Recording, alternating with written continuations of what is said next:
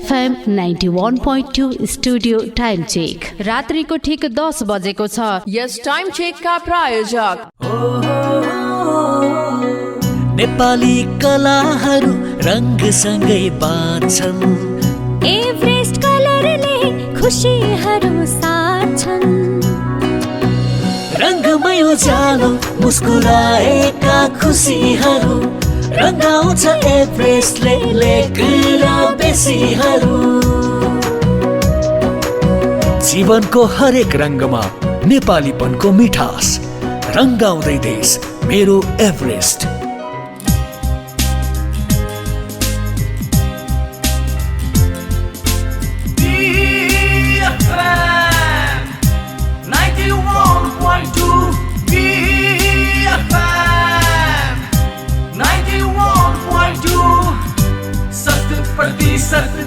तपाईको वहाँ 100% तपाईको।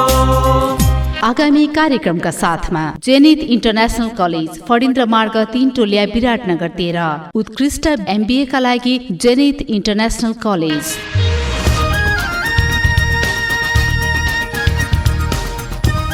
BFM बुलेटिनका साथमा जीवनको हरेक रङ्गमा नेपालीपनको मिठास रङ्गाउँदै देश मेरो एभरेस्ट। नमस्कार, राति 10 बजेको BFM बुलेटिनमा स्वागत गर्छु म राम खत्री।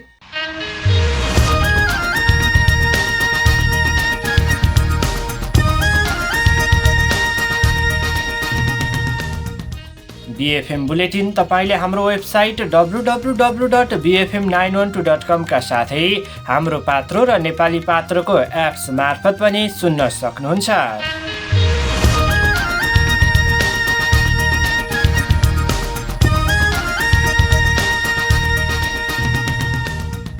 BFM बुलेटिन सुरु गरौँ अहिलेसम्मका प्रमुख खबरहरूबाट।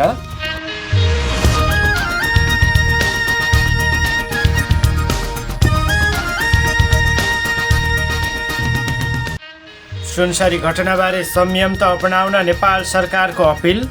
देवानगञ्ज घटनाबारेमा सद्भाव कायम राख्न कोशी प्रदेशका मुख्यमन्त्री हिक्मत कुमार कार्कीको अनुरोध।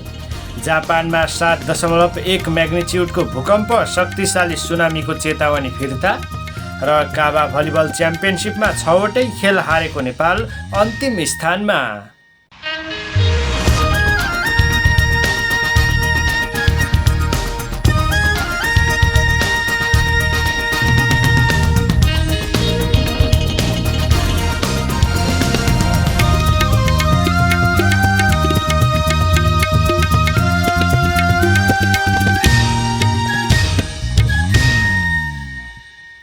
BFM बुलेटिन अब विस्तारमा। सरकारले सुनसरीको देवानगञ्ज गाउँपालिका 3 कप्तानगञ्जमा भएको घटनापछि उत्पन्न परिस्थितिप्रति ध्यानकर्षण जनाएको छ। प्रधानमन्त्री तथा मन्त्री परिषद कार्यालयले एक विज्ञप्ति जारी गर्दै संयम त अपनाउन आग्रह गरेको हो। प्रधानमन्त्री कार्यालयका सहसचिव एवं प्रवक्ता हेमराज अर्यालबाट विज्ञप्ति जारी गर्दै सरकारले घाइते हुनेहरूको निःशुल्क स्वास्थ्य उपचारको व्यवस्था स्वास्थ्य तथा खाद्य स्वच्छता मन्त्रालयले गर्ने प्रबन्ध मिलाएको जानकारी पनि गराएको छ। उक्त घटनाको सम्बन्धमा सत्य तथ्य छानबिन गरी आगामी दिनमा यस किसिमका घटना हुन नदिन अवलम्बन गर्नुपर्ने उपायहरू सहित 7 दिनभित्र प्रतिवेदन पेश गर्न गृह मन्त्रालयले छानबिन समिति गठन गरी उक्त समितिले कार्य प्रारम्भ गरिसकेको पनि विज्ञप्तिमा उल्लेख गरिएको छ। उक्त घटनाका पीडित पक्षलाई उचित क्षतिपूर्ति उपलब्ध गराउन र दोषी उप कडा कानुनी कारबाही गर्न नेपाल सरकार प्रतिबद्ध छ। कुनै पनि समस्या, असन्तुष्टि वा विवादको समाधान हिंसा वा मुठभेडबाट सम्भव हुँदैन भन्नेमा नेपाल सरकार पूर्णतः विश्वास गर्दछ, विज्ञप्तिमा भनिएको छ। साथै धार्मिक एवं साम्प्रदायिक सहिष्णुता खलल पुर्याउने गतिविधिमा संलग्न नहुन, उत्तेजना वा भ्रामक सूचना नफैलाउन पनि सरकारले अपिल गरेको छ।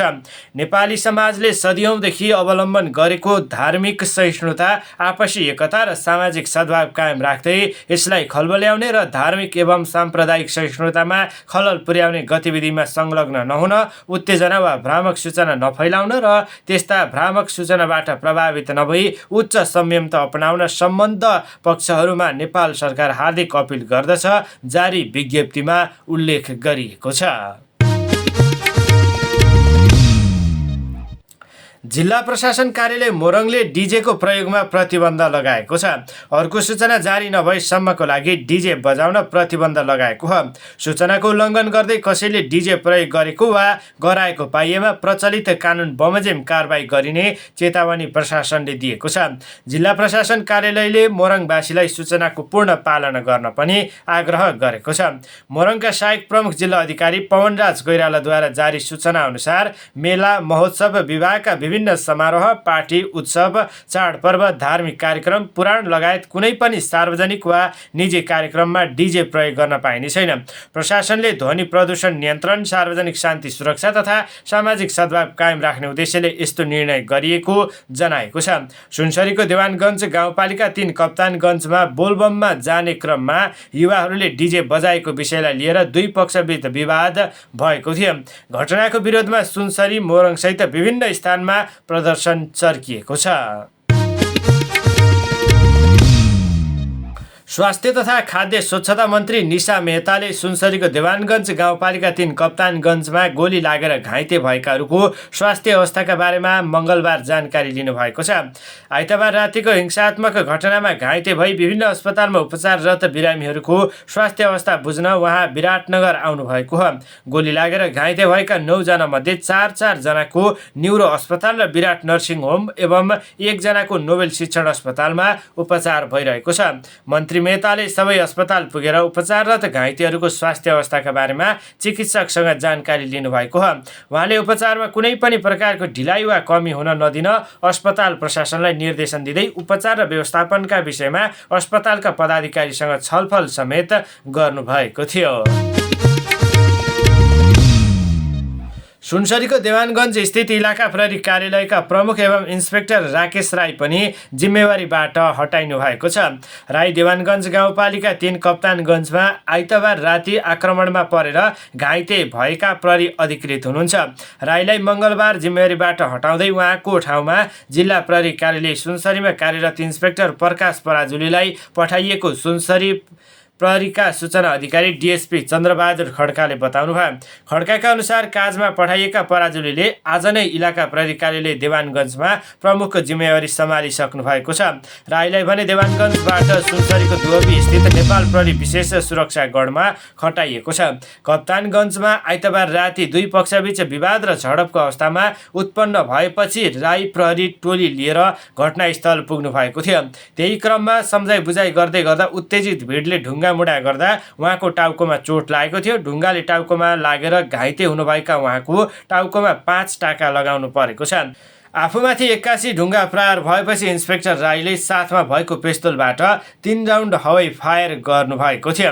सशस्त्रको गोली लागेर देवानगञ्ज गाउँपालिका 4 का 25 वर्षीय ओम प्रकाश मेहताको मृत्यु भएको छ। गोली लागेर अन्य 9 जना युवा घाइते भएका छन्। सुरक्षाकर्मी सहित घाइते हुनेको संख्या 22 भन्दा बढी रहेको प्रहरीले जनाएको छ। घटनापछि सुनसरीका विभिन्न ठाउँमा आगजनी, तोडफोड र व्यक्ति केन्द्रित आक्रमणका घटना भइरहेका छन्। सुनसरीको विभिन्न ठाउँको अवस्था सोमबार र आज तनावग्रस्त बनेको छ। स्थानीय प्रशासनले कर्फ्यू आदेश जारी गरेको भए पनि प्रदर्शन र हिंसात्मक घटना रोकिएको छैन। घटनापछि सुनसरीका प्रमुख जिल्ला अधिकारी वासुदेव घिमिरे, कोशी प्रदेशका प्रहरी प्रमुख डिआइजी विनोद घिमिरे र सुनसरीका प्रहरी प्रमुख एसपी केशव कुमार थेबेलाई जिम्मेवारीबाट हटाइएको छ। उनीहरूका ठाउँमा खटाइएका नयाँ प्रहरी डिआइजी र एसपीले जिम्मेवारी सम्हालेर काम गर्न थालिसकेका छन्। सुनसरीमा घटना हुँदा डिआइजी घिमिरे, एसपी थेबे विधामा रहनु भएको थियो। विधामा भएका बेला घटना हुँदा पनि उनीहरूलाई जिम्मेवारीबाट हटाइएको हो। सशस्त्र प्रहरी बल नम्बर 4 गण इनरुवाका गणपति तथा सुनसरीका सशस्त्र प्रहरी प्रमुख एसपी श्याम कुमार कार्कीलाई छानबिनका लागि भनेर असार 30 गते नै सशस्त्र प्रहरी मुख्यालय तानिएको थियो। सुनसरीको कप्तानगञ्जमा यही साउन 10 गते भएको घटनाका बारेमा कोशी प्रदेशका मुख्यमन्त्री हिक्मत कुमार कार्कीले सद्भाव कायम राख्न सबैलाई अपिल गर्नुभएको छ। एक सन्देश जारी गर्दै घाइतेहरूको शीघ्र स्वास्थ्य लाभको कामना सहित उपचारमा प्रदेश सरकार जिम्मेवार रहेको बताउनु भएको छ। मुख्यमन्त्री कार्कीले उक्त घटनापछि विकसित परिस्थितिले नेपाली समाजमा सदियौँदेखि कायम धार्मिक, सांस्कृतिक तथा सामाजिक सद्भावमा खलल पुग्न सक्ने भन्दै मुख्यमन्त्री कार्कीले गम्भीर चिन्ता व्यक्त गर्नुभएको छ। नेपालको इतिहासमा विभिन्न धर्म, सम्प्रदाय र संस्कृतिका नागरिकहरू सधैँ एकताबद्ध भएर रहँदै आएको छन्। उहाँले भन्नुभएको छ, कुनै पनि बहानामा सामाजिक सद्भाव र जातीय एकता टुट्न दिन हुँदैन। त्यसको लागि हामी सबै एक भएर लागौँ। स्थितिलाई साम्य पार्न र शान्ति व्यवस्था कायम गर्नका लागि सम्पूर्ण राजनीतिक दल, नागरिक समाज, जनप्रतिनिधि, सरकारी कर्मचारी तथा सुरक्षा निकायहरूलाई संयमित भएर अगाडि बढ्न मुख्यमन्त्रीले अपिल गर्नुभएको छ। घटनापछिको परिस्थितिलाई सहजीकरण गर्न कोशी प्रदेश सरकार पूर्ण जिम्मेवारीका साथ लागि परेको बताउँदै उहाँले जिल्ला प्रशासनका साथै नेपाली सेना, सशस्त्र प्रहरी बल र नेपाल प्रहरीसँग निरन्तर समन्वय भइरहेको जानकारी दिनुभएको छ। मुख्यमन्त्री कार्कीले सम्पूर्ण प्रदेशवासीलाई संयमता अपनाउँदै परापूर्व कालदेखि चल्दै आएको सामाजिक सद्भाव, शान्ति र एकता जोगाइ राख्न विशेष आग्रह समेत गर्नुभएको छ। जिल्ला अदालत काठमाडौँले उद्योगी शेखर गोल्छालाई बिमा र धितोपत्र सम्बन्धी कसुरमा धरौटीमा छाड्ने आदेश दिएको छ। जिल्ला अदालतले आज थुन्सेक बहसपछि गोल्छालाई धरौटीमा छाड्ने आदेश दिएको हो। न्यायाधीश प्रतिमा कुमारी भट्टराई पोखरेलको इजलासले बिमा सम्बन्धी कसुरमा गोल्छालाई 75 लाख र धितोपत्र सम्बन्धी कसुरमा 25 लाख गरी कुल 1 करोड रुपैयाँ धरौटी माग्ने आदेश दिएको छ। आदेशपछि गोल्छा बैंक ग्यारेन्टी राखेर छुटेका छन्। यस प्रकरणमा नेपाल प्रहरीको केन्द्रीय अनुसन्धान ब्युरो CIB को अनुसन्धान प्रतिवेदनका आधारमा गत जेठ 28 गते जिल्ला सरकारी वकिल कार्यालयले जिल्ला अदालतमा मुद्दा दर्ता गरेको थियो। BFM बुलेटिनमा अब पालो व्यापारिक विश्रामको। भाटभटेनी सुपर स्टोरको ट्राफिक सचेतना। मोटरसाइकलमा 3 जना चढी यात्रा नगरौं। मोटरसाइकल चलाउँदा सदैव हेलमेटको प्रयोग गरौं। जथाभावी बाटो काट्ने र ओभरटेक गर्ने जस्ता कार्य नगरौं। सवारी साधन चलाउँदा सवारी साधनका कागज पत्र दुरुस्त राखौं। सवारी साधन तोकिएको स्थानमा रोकी यात्रुलाई चढाउने र ओह्राल्ने गरौं। सवारी साधनको प्रयोगका बेलामा मोबाइलमा कुरा नगरौं। ट्राफिक नियमको पालना गरौं। सभ्य नागरिकको परिचय दिउँ। जिल्ला ट्राफिक कार्यालय मोरङको समन्वयमा भाटभटेनी सुपर स्टोरद्वारा जनहितमा जारी। व्यापारिक विश्रामपछि स्वागत गर्छौं BFM बुलेटिनमा। BFM बुलेटिनमा अब पालो अन्तर्राष्ट्रिय खबरको। जापानमा 7.1 म्याग्निच्युडको शक्तिशाली भूकम्प गएको छ। भूकम्पपछि कुमामोतोमा रहेको इओन मलमा विस्फोट हुँदा कयौं मानिसहरू फँसेका बीबीसीले जनाएको छ। झन्डै 50 जना घाइतेको अस्पतालमा उपचार भइरहेको छ। क्युसु टापुको भित्री भागमा स्थानीय समयअनुसार दिउँसो 4:27 गएको भूकम्प लगत्तै 1.5 लाख भन्दा धेरै मानिसहरूलाई सुरक्षित ठाउँमा जान भनिएको छ। भूकम्पपछि दिएको सुनामीको अल्पकालीन चेतावनी भने 1 घण्टाभित्रै फिर्ता लिएको छ। जमिनमुनि 10 किलोमिटर गहिराईबाट उत्पन्न भूकम्पका कारण शक्तिशाली परकम्पहरू आउन सक्ने चेतावनी दिएको छ। राष्ट्रिय प्रसारण संस्था NHK का अनुसार सडक तथा पुलहरू चर्किएका छन् र कयौं भवनहरूमा आगो लागेको छ। भूकम्पपछि रेल सेवाहरू स्थगित भएका छन् भने हजारौं घरहरूमा विद्युत आपूर्ति बन्द भएको छ। जापान विश्वमै भूकम्पको धेरै जोखिममा रहेको देशहरूमध्ये एक हो। गएको डिसेम्बरमा जापानमा 7.5 म्याग्निच्युडको भूकम्प जाँदा 30 जना घाइते भएका थिए। सन् 2011 को मार्चमा जापानमा 9 म्याग्निच्युडको भूकम्प जाँदा ठूलो सुनामी आएको थियो। सुनामीमा परि 18,000 भन्दा धेरैको ज्यान गएको थियो। यसैबीच अन्तर्राष्ट्रिय आणविक ऊर्जा निकाय IEA ले सामाजिक सञ्जाल X-मा लेख्दै भूकम्पले केन्द्रबिन्दुबाट झन्डै 1 किलोमिटर टाढा रहेको सेन्डाई आणविक ऊर्जा केन्द्रमा कुनै क्षति वा सुरक्षा समस्या नपुर्याएको र त्यो सञ्चालनमै रहेको जानकारी गराएको छ। BFM बुलेटिनमा अब पालो खेल खबरको। पाकिस्तानमा चलिरहेको काबा पुरुष भलिबल च्याम्पियनसिपमा नेपाल खेलका सबै 6वटै खेलमा पराजित हुँदै अन्तिम बनेको छ। आज 5औं स्थानका लागि भएको खेलमा नेपाल काजाखस्तानसँग 3-0 को सोझो सेटमा पराजित भएको हो। काजाखस्तानले पहिलो सेट 25-18, दोस्रो सेट 27-25 र तेस्रो सेट 25-20 ले जितेको हो। बीएफएम बुलेटिनको अन्त्यमा अहिलेसम्मका प्रमुख खबरहरू पुनः एकपटक।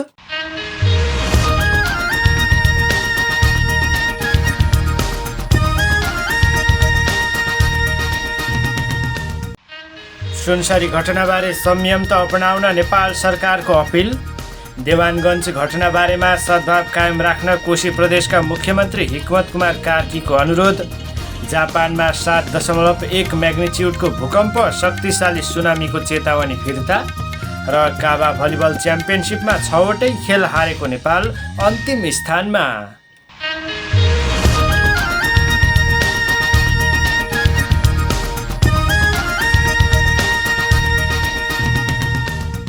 हवस् त, यसका साथै राति 10 बजेको बीएफएम बुलेटिन आजलाई यति नै। भोलि बिहान 6 बजे बीएफएम बुलेटिनका साथमा उपस्थित हुने नै छौँ। तबसम्मका लागि म राम खत्री बिदा माग्छु। नमस्कार, शुभरात्रि।